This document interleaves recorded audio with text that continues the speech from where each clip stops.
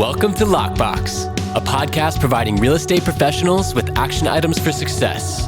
My name is Jeffrey Brogger, and I'm going to be your host. I'm the founder of two real estate marketing and tech companies, STEEZY.Digital and realnurture.io.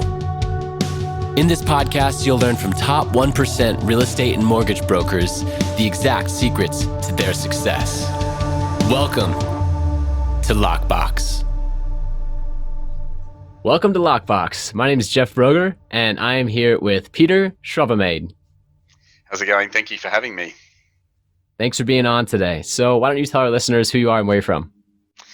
Yes, well, as you said, my name's Pete. I'm from boxbrownie.com. I'm from down under, I guess you'd call it. I live in a place called the Sunshine Coast in Queensland, Australia, and I am the Global Director of Sales, Marketing and Revenue at boxbrownie.com. We're a property technology. We used to be a startup. I don't think we can call ourselves that anymore, but about a 4 or 5 year old company out of Australia. Awesome. And what got you into the real estate industry? Actually, my brother got me into the real estate industry. He was a developer / builder in my hometown, which is further up north here in Queensland, if you know the territory. I realise you've spent a bit of time here, but for the listeners, that's the sort of northeastern side of Australia. He was a builder developer, and he was having a lot of trouble dealing with agents who were charged with selling his stock. So, he would build new houses and put them into it. And he said to me one day, why don't you turn up to one of my open for inspection houses? And in Queensland, the state I'm in, we're allowed to sell up to 6 houses before we need to be licensed. So I turned up to actually more than one. I did a whole day worth of open homes for him in a market where he wasn't selling. And I sold 3 of them in the first weekend, which you could put down to beginner's luck. But what it turned out to be is in that particular area, for whatever reason, the agents had fallen into a bad habit of deceiving the purchaser or lying to them about the things. And I guess I'd come in very green and was unassuming. And, I'd just tell them about the property as it sat there. And if I didn't know something, I said I'd get back to them, and I would. And they end up placing contracts on those. So, it was my brother. My brother got me into real estate when I was 19. So that's 22 years ago, a long time. Wow. Imagine that. You tell the truth and people trust you and actually purchase. Go figure. Yeah, go figure. Seems silly, but it worked for me the whole way through. Yeah, that's right.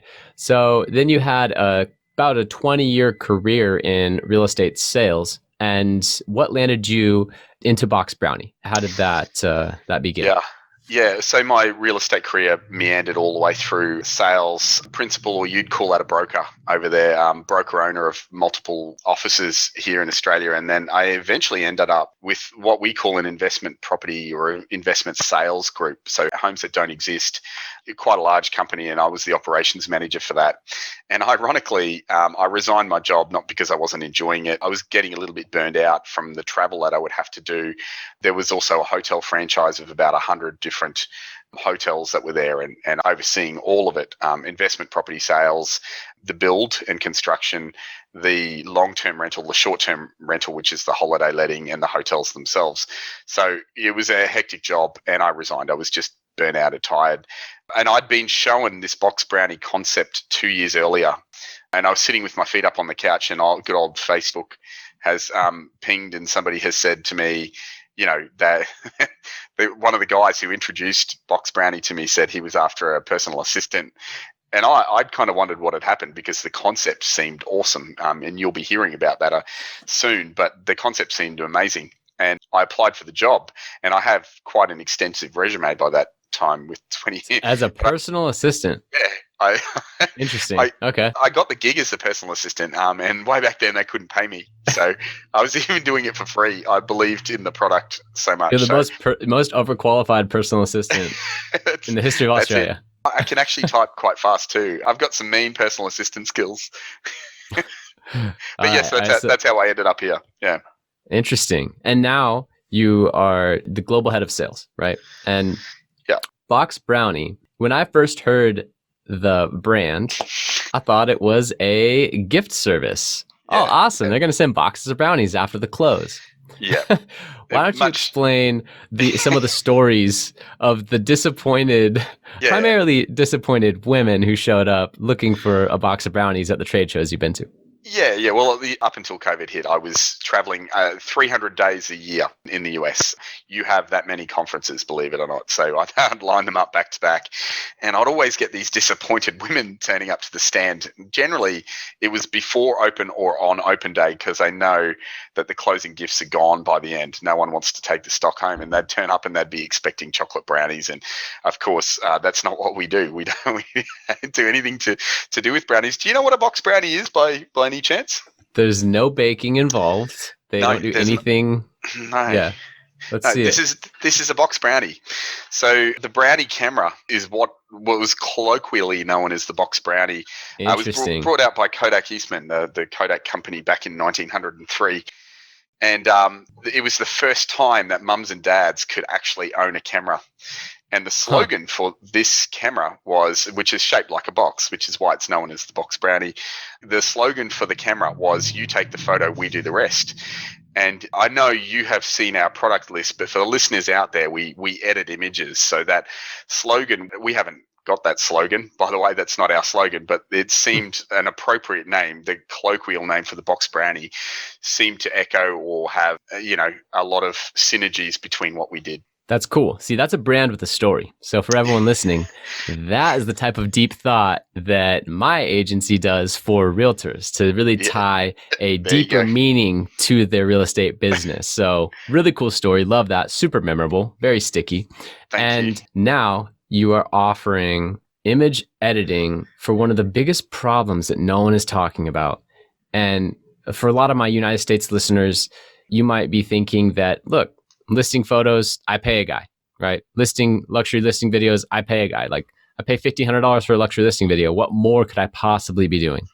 But I'm telling you, after doing marketing and lead generation for over 4 years in this industry, what Peter just showed me, and which he's going to show you guys the before and afters of what they're doing with image editing, is insane. So I'm going to go ahead and let him just give a little preview of some of the first. Well, I would speak to the Narfax that you mentioned, and then go into the before and afters. Yeah. So the thing, I suppose the conversation always hangs around, what do you do, as a company? And we're an image editing company. The problem that we solve in the US, or the reason why we should be top of the pile in every brokerage, is because the standard of marketing in the US is quite globally. It doesn't hold up to the light for a first world country, and certainly the leader of the free world, which is but the US isn't the best in everything? No, it's not. And it stunned me when I got there. And the brief story that goes with that is the first time we came to the US, our brand had been blown up by a company over there called Inman, which, by the way, for those of you listening, I thought was a gay magazine. In Man, I thought it was called. When they called me up, I wasn't really certain, but they wanted to do an interview. So we did an interview with them. And all of a sudden, the weekend they launched the review of our tech platform, our platform blew up. We started getting all these people jumping on top of our product, and it was really flattering. And as a result, we came over for Inman Connect in San Francisco. And I believe the year was 2017, the first time we came over. And I had expected the US to be bigger and better and bolder than everything, kind of like Texas for you guys. Everything's going to be bigger and would blow my mind. And the thing that I wasn't disappointing, but certainly surprised the heck out of me, is when I came over there, the marketing that is done for property in Australia is far superior to the marketing that's done US. And it's not just Australia. That, people could pass that off as nationalistic pride. New Zealand is equally as good. The Scandinavian countries, if you really want to have a look at the best in the world, you would go to Denmark, Sweden, those places. The types of marketing that they are doing for property they are the world leaders at it. So, it did take me by surprise when I got there that for years, these steps that I was doing as defaults to market a property just didn't exist. And to many of the top producers today, they still don't. They don't know they're there. And I guess you don't know what you don't know. If your opposition's not doing it, why is there any necessity for me to better myself? So, that came as a big surprise to us when we first got over there. Yeah, I'm sure it was. You come from Australia, you come to the US with, it seems like, a certain degree of respect for the United States, which I appreciate. I love Australia. I studied abroad there for the listeners who didn't hear our pre-conversation. I lived in Newcastle for 6 months, studied marketing, had an amazing time, traveled all up and down the East Coast, surfed everywhere in Australia. I love it there. And so Yeah, there was great. a certain degree of admiration that you had, for the US, and you came to visit and you thought that, hey, I'm just going to go see what happens. And from your background, seeing all the Australia, not only seeing Australia property marketing, but being an agent for 15, 20 years in Australia, marketing properties, and the standard that was pretty much just handed to you by everyone else in your competition around you, like, hey, this is what needs to be done. You came with that insight to then walk into the United States and see what we're doing. And you were like, oh, interesting. Yeah. We seem to have And a higher standard. Yeah, and I believe it's gotten even deeper. So Box Brownie is now in 104 paying countries. So we operate in those. So I have inner dealings with what goes on in the UK. I know where their strengths and weaknesses are. And for those of you who are listening, this is not an open slather dig at the USA, by the way. There are some things that you do that are just second to none. Your lead generation, for example, an Aussie agent could learn, throw in plug for Jeff at this stage. But yeah, your lead generation, for example, is second to none. And, there's a lot of reasons for it, and we're not going to delve into them, but the way the market works, you have a unique market, which is only North America, really, and parts of the upper northern part of Mexico that operate as a dual agent with a buyer's agent and a seller's agent. And then you have anomalies, things that I just can't figure out. The ePro, which is the learning guide for NAR, doesn't include a module on how to market a house. And I mean, a lot of you are going to be laughing listening to that. It just doesn't. It was never designed as such a thing. And when you look at the various countries and the way they go about it, it's real estate 101 for us. So when I did my property license all those years ago, and nothing's changed, the content's altered slightly. Real estate 101 says, the module is actually called How to Market a House for Sale or for Lease. So, there are some things that are done differently. So I'm not having a go at the US industry. It just has come by surprise, and it's an actual fact. Like it's not something that can be disputed. If you want to check it out, go to realtor.com or Zillow.com, enter your zip code and have a look through the listings there. Then go to realestate.com.au here in Australia and enter my zip code or postcode, which is 4558. And just go through the top 10 listings and focus on what is included in one and what is not included in the other. And it'll blow your mind. When you really look at it, it'll blow your mind. So let's go a level deeper. Let's talk about what is missing. Even though a lot of my listeners are top brokers and they're paying good money to professional photographers to go fully cover these homes, to do Matterport, to do, all these different, check. I did everything that I should for this listing. What's missing? Yeah. What is that gap? Yeah, that's an excellent question. So if I was to compare a top producer or a top broker agent, whatever that person is in the US with a top producer in Australia, there are 5 things that I look for. We're just talking about the listing marketing. Right. America has a problem dividing the listing marketing from marketing of oneself. So, Jeffrey, for example, super agent in the area that you're in, you will market yourself, or Peter, I would go and market myself. We're just talking about the marketing for the house. Top agent in Australia will do 5 things consistently, and this is on every property. Now, feel free to email me if I'm wrong, but I have never yet met a top agent in the US who will do these 5 things on every single property. I haven't met one, not one. I've met some that come close, but they don't all 5. So pay close attention to this, and you might want to write them down because they are the benchmark. Firstly, good imagery. And I know instantly people will go, I have a professional photographer. Check, we'll deal with you in a second. So you sit tight. Just wait. Professional photography is one, and that's probably a big one because there's a very small percentage of people in the US who are actually concentrating on the professional output of their photographer. Number 2, copy with essential detail. Most good agents will cover that off. They will have detail on the copy, and just if you're listening, that includes things like what are the walls, what is the floor made of, like all essential detail that a purchaser would want to know. Number 3 is a floor plan. And now that's a huge downer. 95% of you are out straight away because only 5% of MLS listings have a floor plan. Number 4, a virtual tour. Well, only 20%, according to Zillow, use a virtual tour. And I even think they're skewed because a virtual tour, as I refer to it, is an immersive tour where you're going through, whereas some people in America refer to a virtual tour as a slideshow of pictures. That's not a virtual tour. That's a You're slideshow. talking about you can click, you can go into this room, you can spin that's around, right. you can click over there and it takes you to that other room. That's a virtual Yep. tour to you. Yep. Immersive. And the fifth thing is video, which sits, by the way, it sits way down the list. It's the 12th most requested thing by a purchaser. For those of you who are stats people and want to know what I'm speaking to here, the National Association of Realtors, since 2013, every year does a survey called the Home Buyer and Seller Generational Trends Report. If you are not all over that report, you really should be. On page 60 of the 2020 report, the top things that a purchaser has requested with regards to the sale of a property, that's where these stats come from. So video sits at number 12 down the list, yet is one of the most overrated things by selling agents out there. Now, to be specific, I'm talking about what the purchaser wants. So, don't send me hate mail going, Peter, video really works for us on a branding and lead and, generating leads, marketing of oneself. Yes, I'm not dissing video. Please don't get me wrong there. For actually selling the property, your purchasers really don't care that much about it. Just you might need a moment of silence to grieve on that one, but that is the case. So those 5 things, show me a broker that does that for every property. And, I'm not even talking about our products. Some of those we don't offer. We don't do anything to do with video. This is just the observation that I've made. If I show you a top agent in Australia and I point to all of theirs, they will have all of those things done for that. It will be required before the property even hits the market, even in a rising market like the one we're in at the moment, where you're selling things before a sign goes up.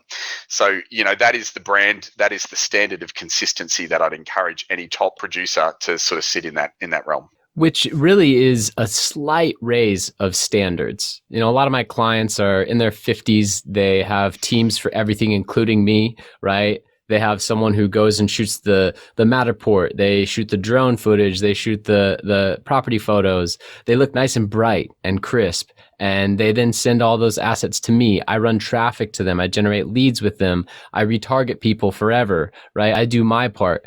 So a lot of our listeners are in that mode where they're maybe A- or a B+ right now. They're really close. But to take it to that A+, to raise the standard, it's very interesting to get a perspective from Australia in this case. But then you mentioned Denmark, Sweden, looking outside the US and other markets where they're doing it at a different league, right? And so I want to now circle back to the first point, which is those images. Yeah. So, Peter, if you could show them those before and afters that you showed me, where, by the way, just to give you a preview, a photo with an iPhone 11 using this image editing technology came out better than a professional DSLR camera. Incredible. Go ahead. Yeah, if you want to have a look at that, we have it on our blog. So it's iPhone 11 versus DSLR. If you go to our blog and you have a look at that, you can see us bench testing them and you can make your own decision. We actually have all of the photos one after the other. And by the way, it's not just an iPhone. The Samsung S10 was the flavor of choice. Yeah, and fantastic. It also beat the DSLR. So the biggest thing we're pointing to is the technology that they're now throwing into these cameras, iPhones, Samsung, and the brain that is behind it is second to none. Like the computer that is now on board an iPhone or a Samsung just blows the competition out of the market.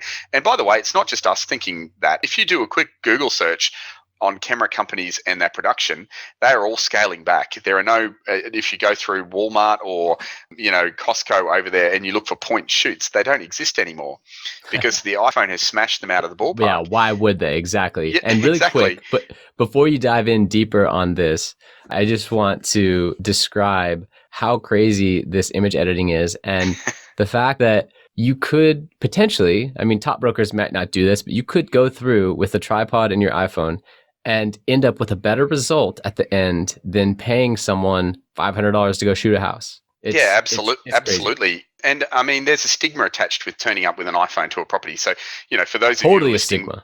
Yeah, if those of you who are listing 1 million plus properties, until that stigma goes away, take it from me, use a professional photographer. But, in line with that, make sure what they're doing is actually professional output. It shouldn't cost you anymore. It should be the same. And I'm going to go over that now. So I have, for those, I know this is a podcast, but for those of you who follow on YouTube, and I'd highly recommend you go there, take the photo that we've got in front of you. It's not too bad. There's a bunch of things going on with it, but the point I would like to make across the next couple is that you can't see outside the windows. There's a white haze on them. It's not clear. It's not true to what the eye sees. And in this second property that I've got up in front of you at the moment, there's a blue haze. Same deal. It's also been shot by a professional photographer, but they haven't used the right or the correct technique to capture the image. This property is the same. It's got a really gaudy interior that looks very heavy. The property itself looks beautiful, stunning. But multi-million dollar. Definitely a luxury listing. Correct. But yet again, for whatever reason, you can't see outside the windows. And that says to me, the photographer have done their best to try and edit the one still shot they've taken, which, by the way, we can do the same using an iPhone now, but they haven't used a technique called bracketing. So what happened during COVID is we got a call from a bunch of our clients. We have loads of clients through the US, and they called us and they said, we can't get a professional to site. How do we go about doing it? Well, we solved that by finding a bracketing app for a camera. So there's one up on the screen called Camera Pixels Pro. It's about a $6 app. You use that app, you get a tripod, you get a smartphone mount. You put the smartphone mount on the tripod, you put the camera in the smartphone mount, say that 5 times really fast. You put in these settings that we've got here, which really just tells the app what to do. They're giving away the gold right now. If you're not on YouTube watching this and subscribing to STEEZY.Digital, then you are missing out. Yeah.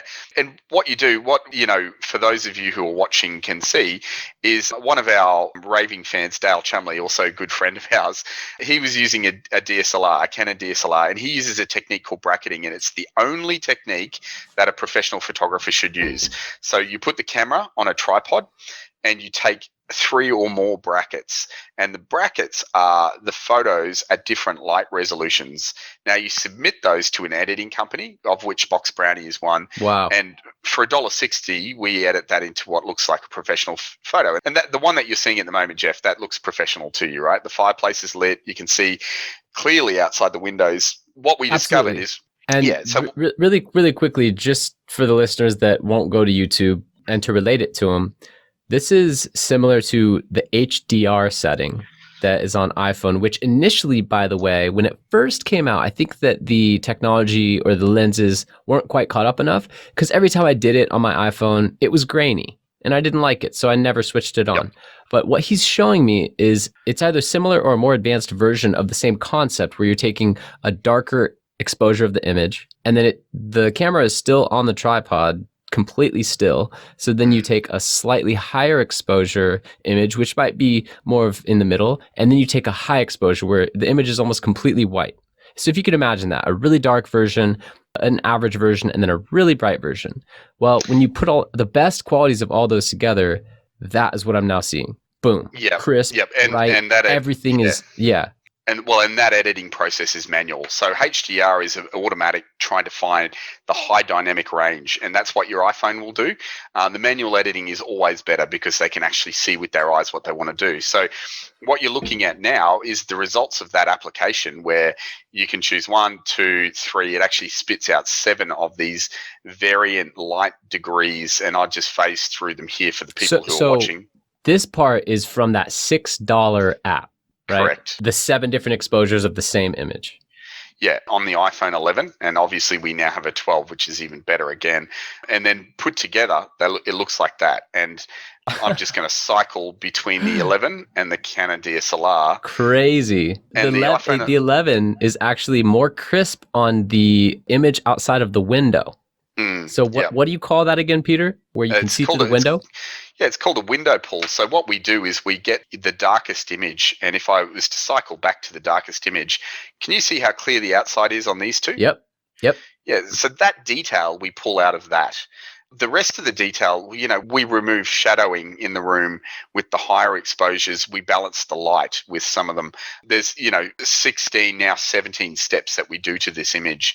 There's vertical straightening and horizontal straightening, but both images are great. But the point that I'd like to make about both of these is that they don't exist very frequently. They're very, very hard to find on an MLS. And that's despite the prevalence of people actually saying to me, top producers saying to me, yes, we've got a professional photographer. Yeah, you do. You absolutely do. You've got someone who's called a professional who's taking photos, but is their output professional? Right. And I'm cycling Right. through another 7 images. So you can see here what happens every time we get this.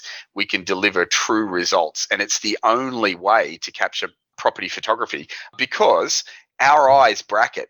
And the result Right. that you're looking at here presents the property in its best light, is also the most true to what the eye sees when it gets to the property. So, And that's what I was I going to would, say. It's yeah, more I like would, I'm there looking at it. yeah, and I would argue that if you're not doing this, you're probably not acting in the best interests of the seller because your job is to represent the property in the best possible light and get the highest amount of money in the shortest amount of time. All of the things that is probably happening in the marketing at the moment, in the market where things are selling for over list price. But, given a normal market, these are things that would typically go on. So that's the photography piece. I certainly hope I haven't insulted anyone, but given you an eye opener as to where your standard should be. Very eye-opening. That was, I mean, for anyone that watches on YouTube, you got to comment below how mind-blowing that was, because seeing the iPhone 11 against Canon DSLR, multiple $1,000 camera, and then going through that same post-image editing process is incredible. But I think the big takeaway here is even if you are outsourcing photography, which is great, seller loves it, photographer comes in, nice camera, tripod, right? Kind of stages everything. That's awesome. Still do that. But the post-image editing process is the key, right? And of course, the photographer capturing the right amount of exposures prior to so that it can be edited in this way. But did you mention that could be done for $1.60? Yeah, that's right. The editing process, we charge $1.60. What? And the reality is your professional photographer, if, some professional photographers will do the image, the post editing themselves. Some will, and they will take pride in that. That will be something that they do. Make sure it is up to your standards. That's your job as the agent. Which could be a new standard now. Yeah, it could be. But a lot of the photographers will actually outsource that to us. Real estate agents aren't our only client. There are photographers who do 10 shoots a day. Now, it's physically impossible if you're doing 10 shoots a day to then go and edit all of those shoots. So you have to have a really good outsourcer. And because of our scale, because of the amount of the volume that we send through, because of the consistency in the price, we have a lot of photographers submitting their images to us, and we do that. We will edit it for them. That's amazing. I love that. So you have so much more to talk about, but I think I need to just can it and save it for another episode, because we could keep blowing people's mind, but this in and of itself is enough to just get people intrigued about Box Brownie. I mean, the fact that you can send off photos and have them come back that good for that inexpensive of a service charge, I mean, there's got to be some kind of like massive 10-year subscription that you can't ever break, and you got to give your firstborn child up if you miss a payment, right? I mean, $1.60 per image. Yeah, that's right. And it is pay as you go. No, we don't charge a subscription. There's no minimum use. There's no give us your credit card and we're going to charge it in monthly installments. We don't do that. It's pay as you eat, if you want to call it that. Is a la carte, I think, is the word you guys use quite a lot. Where if you do one image tomorrow, it's $1.60. If you do 2 images, well, it's $3.20. And your credits, when you upload credits to our account, they never expire. You just use them as you see fit. So, no, we've tried to be as anti-subscription as we possibly can. Wow. Well, that's awesome. I'm using them for my listings and highly suggest you guys go check out Box Brownie. So let's call it a day on that, because honestly, you have virtual tours to show. You have decluttering to show. You have, virtual staging. You have, you could show that your partnership with DR Horton. I mean, you showed me so many things prior to this that we could make a season out of just this. So yeah, well, I'd be more than happy to come back and do that. But, ahead of that, thank you for the time today. And thank you to your listeners. Like, if there's one thing that I can encourage them, regardless of whether you use Box Brownie or not, is to better your marketing in a particular area. Like, actually focus on your listing marketing. How are you doing it? It's a real passion of mine because I know that the end results are you sell a house faster for more money. That's statistically proven fact. There are NAR stats for that. You guys have, there's Australian stats, there's UK stats. It seems to be a common thread that if you market a property well, you will sell that house faster for more money. And the reality is there are so many ways that you can do it affordably. So to your listeners out there, I hope you've gotten something out of this. Definitely stay tuned to this podcast because we'll investigate more things down the track that I think you might find valid for your brokerages or for yourself as an operational agent. But yeah, Jeff, thanks for having me on board. I really appreciate it. No, absolutely, Peter. Thank you for dropping so much value. Really, I mean, I don't bring other service providers on this podcast unless I think that they're super cutting edge and offering massive value. So happy to spotlight you. And how can listeners contact you or learn more about Box Brownie? Yeah, so the website is there, www.boxbrownie.com. That's BOXBROWNIE. There's 24/7 phone number up the top. There's also a 24/7 chat line and an email address, which is hello@boxbrownie.com. Alternately, if you don't like anything I've said today, it's offended you want to send me hate mail, my email address is Peter. That's Peter for you guys at boxbrownie.com. So feel free to send any of that. I have a really distinctive last name, which is Schravemade. If you're listening to this, you'll see it printed. You can follow me on social. You will see a lot of the handiwork that we do exhibited from time to time. So any of those forums, I'm on all the socials except for Tinder and Grindr. I apologize, ladies and men, but you can find me on any of the others. Awesome. Peter does an amazing American accent, by the way. I don't know if you heard that. I'm going to try to activate my Aussie accent from when I studied abroad. I'm looking forward to that. Thanks, Peter Schravemade. It's pretty good, actually. It's pretty good, huh? That's one of the better ones I've heard in some time because, everyone comes up to you in America and they go, "Good day, mate." And you're like, no, you don't. Too much pronunciation. Way too many consonants in that. Yeah, skip the consonants. Right. Yeah. G'day. Yes. G'day. Yeah. So thank you so much for being on. It was a pleasure. And you'll definitely be back. So thank you so much. Appreciate it. Thanks to everyone. I'll see you soon or talk to you soon. Thank you for listening. If you want to accomplish your real estate goals, then I highly suggest downloading my free Ultimate Real Estate Goal Setting Framework. The link is in the description of the show, and it will help you break down your annual income goal into the amount of phone calls, appointments, or open houses you need in order to achieve that goal. Thank you so much, and we'll see you next time.